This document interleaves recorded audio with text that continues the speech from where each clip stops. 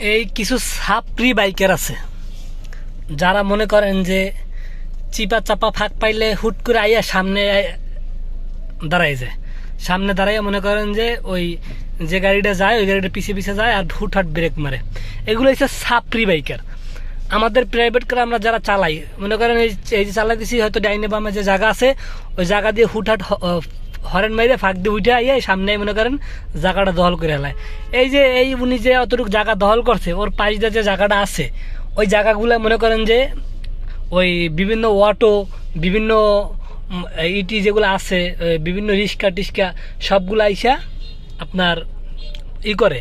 তো ওই টাইপের যেগুলো আছে কি আর কইতাম, এরা ভিডিও করতেছি, এরা হয়তো অন্য কিছু খারাপ কিছু ভাবতেছে, ঠিক আছে। তো যাই হোক, এই সাপরি বাইকারদের কথা যাই বলতেছিলাম আমি, যে এই যে ভিডিওটা করতেছি ওই মেয়েটা হয়তো দেখছে, দেখে ওর বয়ফ্রেন্ড হোক জামাই হোক যে হোক একটা কিছু কইছে, বুঝছেন। তা আমি এই বাইকারদের কথাই বলি, আমরা যখন মনে করেন যে গাড়ি লং জোরে চালাই, ওই জোরে চালানোর সময় আপনার এরা যখন ফাঁক দিয়ে হুটহাট করে সামনে চইলা হয় তখন এগো মনে করেন যে ভাই এত মাথাটা গরম হয়, মন চাই কি যে জোরে যাইয়া এগো বোল্ট করে দিই, এরকমের কিছু মনে চায়। আর আমরা যখন মনে করেন হাইওয়েতে থাকবো, যখন আমরা হাইওয়েতে থাকবো যখন এরা যখন জোরে চালাবে আমরা তখন যদি এগো ওভারটেক কইরা একটা চাপ দেই এগো আর ডিমও খুঁজে পাওয়া যাবে না, বুঝতে পারছেন।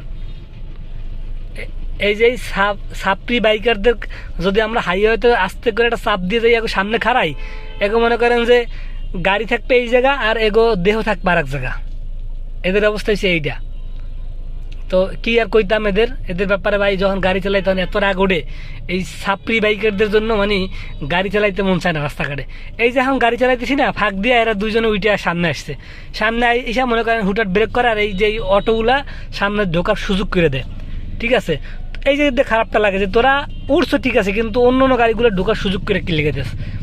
আর এরা যখন এই বাইক লইয়া এরা মনে করেন এই জ্যাম রাস্তায় হুটহাট আইয়ে সামনে আইয়া তাফালিং করে।